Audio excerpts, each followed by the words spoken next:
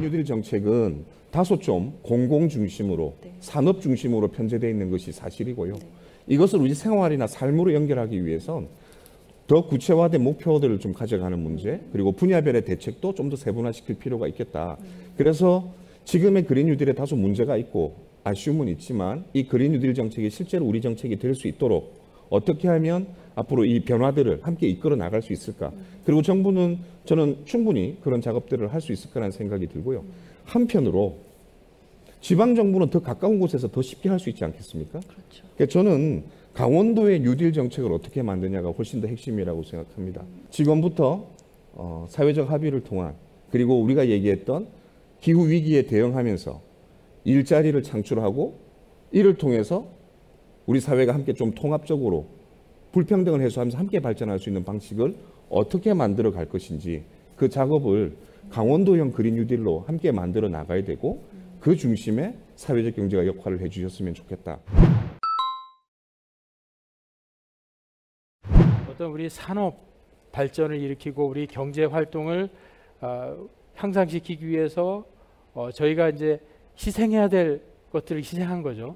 그래서 값싼 화석 연료를 이용하는 대신 우리의 환경을 저희들이 할 수 없이 훼손을 했는데 이런 문제에 의해서 결국은 이제 우리 인간이 이제 거대한 피해를 입게 되는 이런 형국이 된 것입니다. 그래서 우리 인간이나 모든 사회들이 이 이윤 몰입 구조에 가까워요. 그래서 사실은 어떻게 하면 더 돈을 많이 벌고 어떻게 하면 좀 풍요로운 생활을 할까, 이렇게 하다 보니까 이 이윤 몰입 구조의 그런 비즈니스 에즈 유주얼을 벗어나지 못하는 게 가장 큰 문제점이고 현안이라고 저는 할 수 있다고 생각이 듭니다. 그리고 지금 그런 문제의 해결책을 사회적 경제 방식으로 풀어야 된다. 여기에는 저도 100% 공감합니다. 여러분도 아마 공감하실 줄 믿습니다. 그래서 일단은 기후 문제는 역시 사회적 경제 방식으로. 강원도에서 산림 분야의 그린 뉴딜 정책은 크게 기회를 창출하고 위기를 방지하는 방향으로 나아가야 한다고 생각합니다. 산림 자원을 활용한 숲 관광 프로그램 등을 적극 활용할 수 있도록 하는 정책을 추진하는 방향을 고려를 하고 있습니다. 이 숲 관광이라는 것이 어떤 공공기관, 공공주도의 숲 관광이 아니고 산촌마다 산촌마다 특징을 가진 각 산촌들이 사회적 경제 조직을 통해서 운영되는 그러한 식의 풀뿌리 숲 관광을 한번 저희가 생각해 볼 수가 있겠고요. 산림은 그 나무뿐만 아니고 임산물 또한 풍부하게 가지고 있는 것으로 유명합니다. 그래서 실제로 저희 산림청에서는 이 임산물 중에서도 이제 신품종 재배단지라는 사업을 추진을 하고 있습니다. 태기산 협동조합이 조직이 되고 이 협동조합이 이 신품종 재배단지를 운영을 하고 계시는 실제 사례도 있습니다. 이런 사례들을 조금 더 보다 적극적으로 저희가 정책적으로 추진을 하고 지자체에서도 많은 관심을 가져주신다면 이런 부분들이 정말 기회로서 그린 뉴딜로서 작용을 할 수 있을 것 같습니다. 그리고 위기를 막는 측면에서 한 가지 말씀을 드리자면은 산림 자원이 풍부한 만큼 산불의 재료가 많아지는 것입니다. 특히 강원도 악자가 들어간 산들이 많지 않습니까? 이 열심히 들어가서 중간중간 나무들을 골라 베주고 가지를 쳐주면 그 남은 부산물들을 끌고 내려오는데 너무 많은 비용과 노력이 들어가기 때문에 실제로 방치되어 있는 그런 부산물들이 상당히 많은 실정입니다. 그런 것들이 이제 산림의 그 밑에서부터 점점 불이 타고 올라오는 그런 산불에 지대한 영향을 미치기도 하는데요. 그런 자원들을 우리 목재 펠릿이라고 들어보셨죠? 네. 목재칩, 목재 펠릿 이런 신재생 에너지 자원으로서 요즘 계속 정부가 주도적으로 추진을 하고 있는데요. 이런 것들을 지역 내에서 지역 위용 바이오매스를 끌어와서 지역 자원으로 활용하는 이런 산림 에너지 자립 마을을 한번 고려해 볼 수가 있을 것 같습니다. 현재 정부는 지역 뉴딜을 좀 어떻게 강화할 수 있을지 방안에 대해서 좀 강구를 하고 있습니다.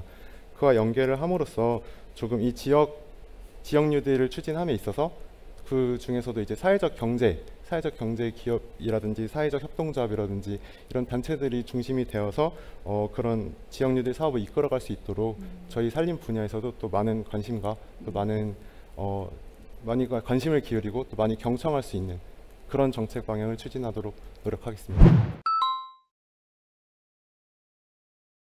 정책에서 저는 두 가지가 가장 눈에 들어왔는데요.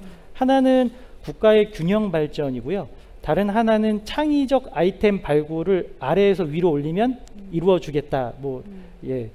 전 그렇게 받아들였거든요. 그래서 한편으로 이런 것에 대해서 저희가 기대도 많이 되고요. 이런 그린 뉴딜의 또 다른 어떤 급속한 변화가 올 것 같긴 한데, 이런 급속한 변화에서 저희가 어떻게 대응을 할 수 있을지, 또 어떻게 적응을 또 할 수 있을지 고민도 되고 걱정도 많이 되는데, 또 새로운 시장이 열리면 또 저희가 어떤 역할을 할 수 있을지에 대한 기대감도 드는 그런 현실입니다.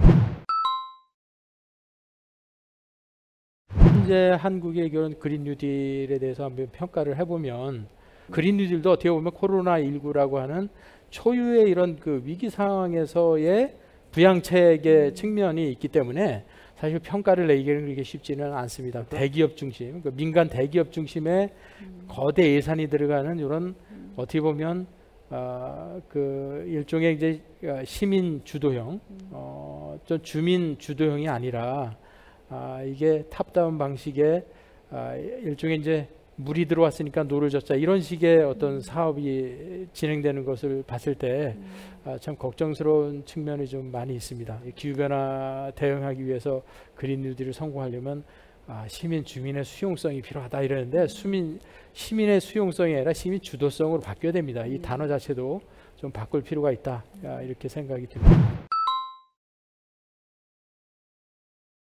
지역 차원에서의 그린 뉴딜이 좀 더 속도감 있게, 그리고 합의를 통해서 그런 일들이 좀 이루어질 수 있도록 우리가 그 위기의식을 함께 좀 잘 공유하고 이해를 확산할 필요가 있겠다는 생각이 들고요.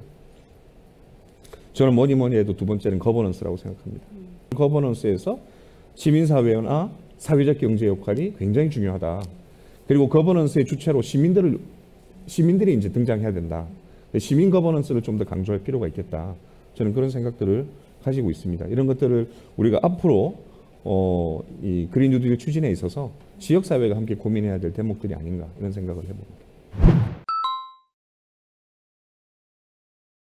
기후변화 대응은 크게 그 완화와 적응으로 일단은 나눌 수가 있습니다. 그 완화는 온실가스 감축이라고 아주 정확하게 우리가 정의 내릴 수 있죠. 그러나 이제 적응은 어떻게 보면 이제 굉장히 광범위합니다. 그래서 우리가 모든 일상 생활과 우리가 활동하는 경제 활동이나 모든 활동들이 다 이 적응에 해당이 됩니다. 그래서 어떻게 보면 이제 기후 변화 대응은 사실 어떻게 보면 전 범위라고 할 수가 있습니다. 그래서 강원도에서도 그동안 사실은 많은 그런 기후 변화 대응 노력을 해 왔습니다. 풍력 발전을 통해서 화석연료를 줄이는 이런 노력을 했거든요. 그래서 소양강 댐 이미 우리 수력 발전 크게 하고 있고, 그래서 두 개가 합쳐져서 어떻게 보면 이 신재생 에너지, 이 에너지 전환 문제, 이쪽에 강원도가 많이 사실 노력을 기울여 온 건 좀 사실이고요. 강원도가 모든 전국의 그 광역지자체로서는 최초로 이렇게 이제 기후변화 띵크 탱크를 만들었고, 그리고 2013년도 원주에 사실 이제 기후변화 대응 교육 센터를 이렇게 또 이렇게 설치한 것도 어떻게 보면 강원도의 이런 노력의 하나라고 좀 할 수 있을 것 같습니다. 사실 시간이 남지 않았다. 좀 지현수 사무국장님도 이제 몇 년 안 남았다. 이제 골든 타임이 얼마 안 남은 거죠. 그런 강원도가 여러 사회적 경제 조직의 그런 의견들을 수렴을 해서 진짜 그 국가나 시장이 하지 못했던 그 다양한 촘촘하고 또 사회적 약자, 사회적인 일자리, 또 다양한 이런 사회적 가치를 높일 수 있는 이런 그 기후변화와 맥을 같이 해서 그렇게 노력을 하도록 최선을 다할 생각입니다. 작년 기준으로 한 173개 기업 정도가 예비 사회적 기업으로 등록이 되었고, 그래서 약 1000여 명의 인원이 고용되는 그런 열심히 발전해 나가고 있는 분야이기도 합니다. 저희는 사회적 경제 기업가 육성 아카데미라던가 아니면 사회적 경제 창업 지원 프로그램 같은 이런 어떤 조금 이제 인적 자원을 좀 육성하는 그런 쪽에 일단 초점을 맞춰서 지원을 하고 있고요. 실제로 아까 제가 잠시 언급을 드렸던 것처럼 활발하게 운영되고 있는 곳이 이제 평창 태기산 협동조합을 사례로 말씀드렸고, 또 한 가지 조금 다른 유형의 사례를 말씀을 드리자면은 이제 최종원 둘레 협동조합이라는 곳이 있습니다. 지역 주민분들만큼 가장 그 환경을 잘 아시고 그 지역에 거주하시면서 그 살림에 애정을 가지신 분들이 없기 때문에 인근 4개 마을 주민들이 같이 이렇게 힘을 합치셔서 약 200여 명의 주민들께서 최종원을 관리를 하시면서 보호 관리에 참여하시고, 그 중에 이제 산림 부산물, 다양한 임산물이라든지 그런 것들을 채취하고 판매하시면서 또 자체적으로 또 수익을 올리시는 그런 모델도 현재 있습니다. 서울에서 어반비즈라는 사회적 기업이 도시 내 숲과 정원을 조성해서 한국의 토종 벌꿀이 살아갈 수 있는 이런 환경들을 조성하고 실제로 꿀을 이제 채취를 해서 판매도 하기도 하는 그런 사회적 기업의 형태도 있습니다. 숲 자원들을 보호하거나 아니면 활용하기 위해서 가장 가까운 주민들의 소득과 일자리로 연결되는 그런 지원 사업들을 하고 계신다고 하니까요. 관심 있으신 분들 조금 더 메모하시고, 그리고 궁금하신 것은 사무관님께 연락을 좀 드려도 괜찮지 않을까. 저희 피노키오 숲 같은 경우에는 숲에 여러분들이 가시면 가장 먼저 만날 수 있는 사람들이 있습니다. 그 사람들은 숲 해설가나 유아숲 지도사, 산림치유 지도사 같은 산림교육 복지 인력인데요. 이 인력이 원래는 공공근로 형태로 운영이 됐었습니다. 그런데 2016년에 산림청의 산림복지진흥에 관한 법률 시행 이후에 민간시장으로 그런 사업들이 열리게 되었어요. 그래서 그 민간의 새로운 시장에 참여할 수 있는 기회가 저희 민간 그 회사에도 생기게 되었고, 또 여러 업체들이 생기면서 건강한 경쟁과 긴장감으로 정말 그 강원도 안에도 많은 산림복지 전문업들이 생겨서 지금 활성화되고 있습니다. 기존의 공공근로 형태에서 운영될 때는 뭐 단회기형으로 운영되거나 그냥 숲에 가면 그냥 거기서 프로그램이 운영이 되든지 뭐 그랬었는데, 이게 민간으로 이 사업이 전환이 되면서 교육과 복지의 서비스가 다양화되었고요. 그리고 또 품질도 향상이 되기 시작했습니다. 그리고 더불어서 산림복지 서비스를 원하는 수요 기관도 증가하게 되었는데요. 이런 수요 기관은 특히 주로 숲에 들어오기 어려운 장애인들이라든지 어르신들, 또 학교 밖 청소년들을 비롯한 그런 소외계층들입니다. 이런 소외계층들이 숲으로 활발하게 들어올 수 있는 그런 문이 생기게 되었고요. 이런 서비스 시장에 참여하게 되는 전문 인력의 숫자가 증가하고 있다는 겁니다. 계속 고용의 증가와 함께 기존의 어떤 사회의 어떤 다른 영역에 계시던 분들이 어떤 능력을 가지고 계신 분들이 이 시장으로 들어오시면서 지금 서비스와 어떤 그런 것들이 폭발적으로 늘어나게 되었는데, 이런 인력들을 관리하기 위한 또 관리 인원에 대해서도 추가 고용이 이루어졌습니다. 새로운 이 산림복지 시장 창출로 다양한 계층에게 산림복지 서비스 제공이 활성화되면서 고용도 함께 이루어지고 있는 선순환 구조가 이루어지고 있습니다. 이 억지로 갖다 놓는다고 이게 잘 이루어지는 게 아니지 않습니까? 그래서 각 주체별로 어떤 그런 필요성을 조금 들여다보고 이렇게 좀 구축하는 것이 필요하지 않을까라는 생각이 먼저 들고요. 그런 차원에서 일단 핵심적으로 들어가야 하는 주체들이 제가 생각했을 때는 당연히 정부가 들어가야 되고, 그리고 말씀하신 저 에너지 절임 마을을 예시로 질문을 주셨으니까 에너지 절임 마을을 운영할 수 있는 여건이 되는 그 산촌 지역의 주민분들께서도 하나의 주체로서 반드시 들어오셔야 할 것 같다고 생각이 듭니다.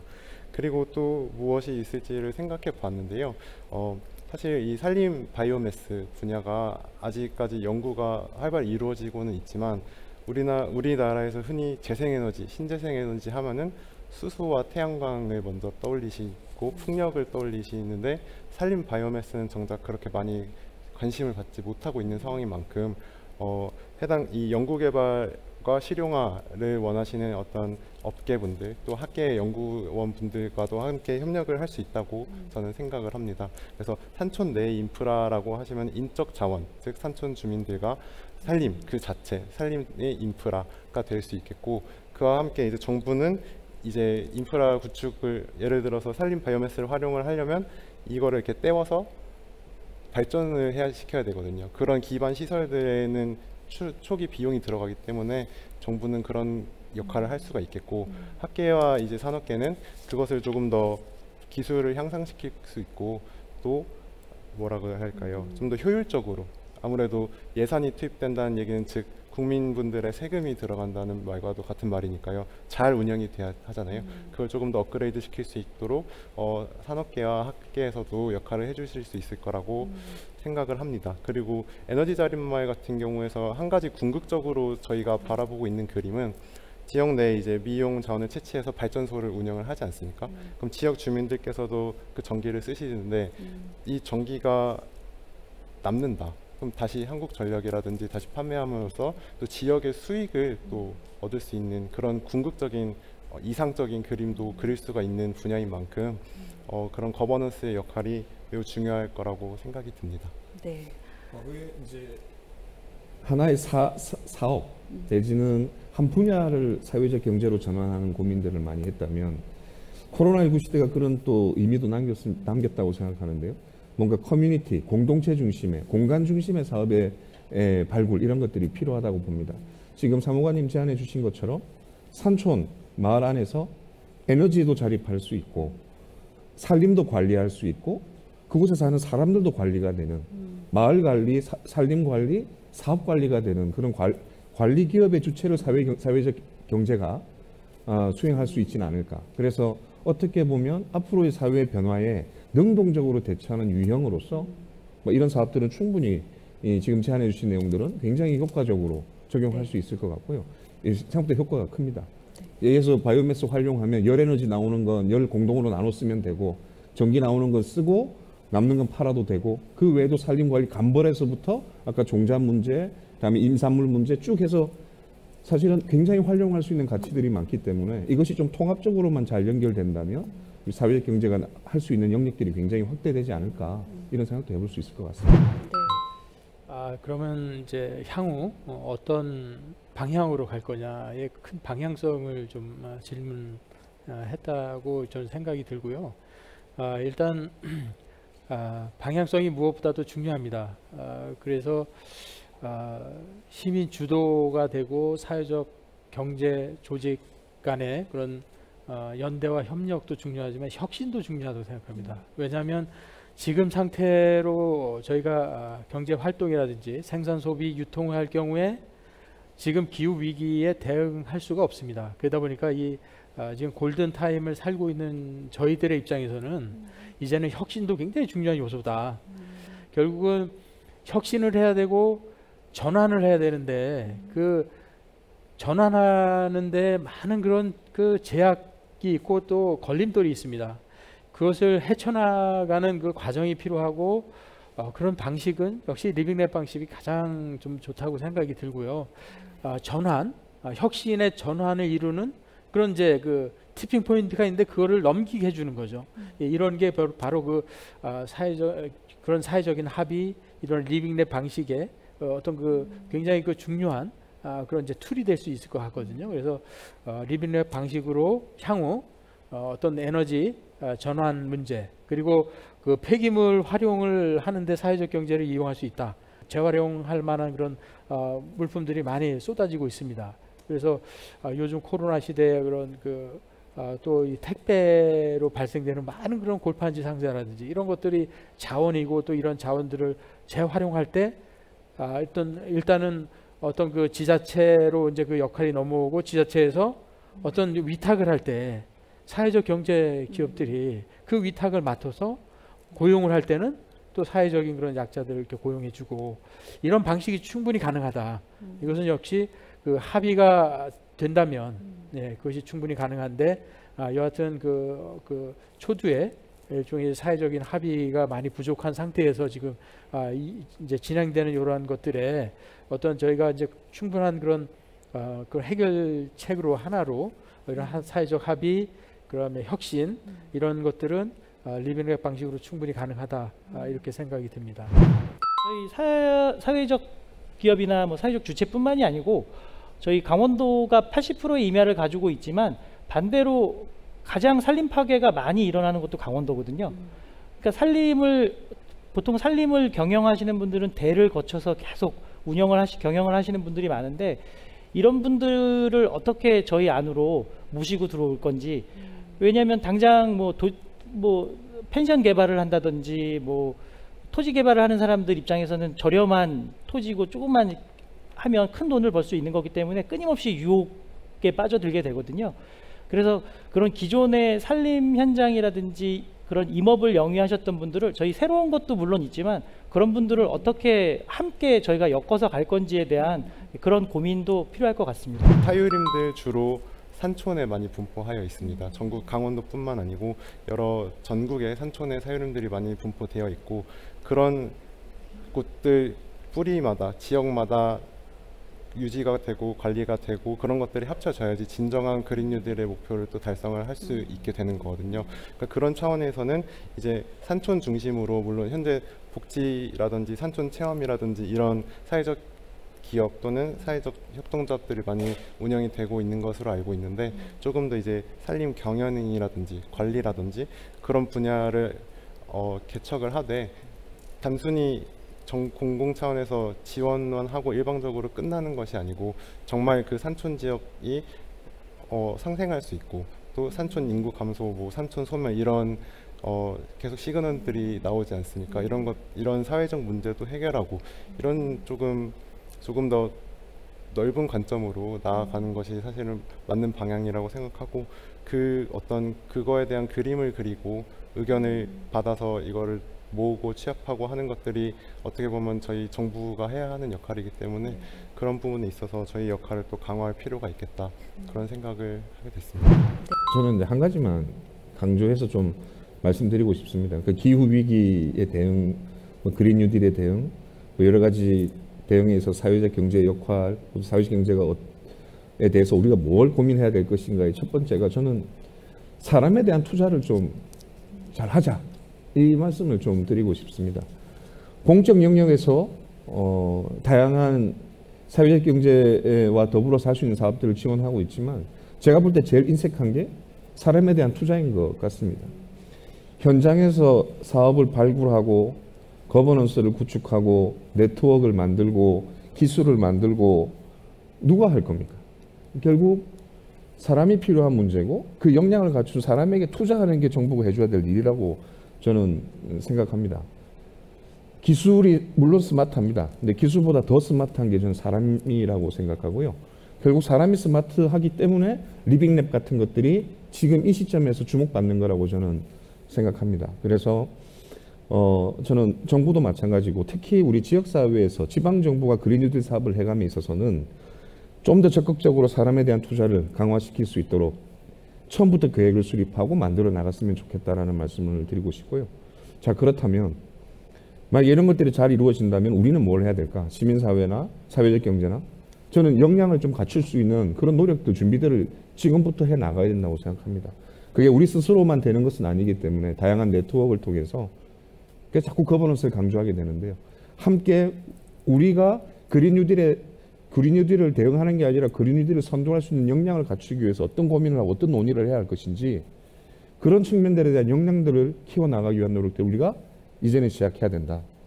그래서 공적 영역에서 사람에 대한 투자, 그 사람을 준비하고 우리가 일감을 만드는 그 방식, 과정들은 결국 우리가 역량을 키워야 된다, 이런 말씀을 드리고 싶습니다. 그래서 결국 사회적 경제나 시민사회가 가치를 지향해야 되는 것이고, 지금 제가 볼 때는 이 그린 뉴딜 사업이야말로, 기후위기 대응이야말로 그 가치가 굉장히 중요한 시점이기 때문에 우리가 하는 일이 더욱 빛을 발할 수 있지 않을까, 이런 생각을 해보게 됐습니다. 그린 뉴딜은 위기이자 기회이다. 그린 뉴딜은 뿌리에서 시작해야 한다. 그린 뉴딜은 로컬이다. 그린 뉴딜은 사람이다. 그린 뉴딜은 숙제이자 우리들의 희망이다. 이렇게 정리를 하면서 일부 토론의 자리를 모두 마치도록 하겠습니다.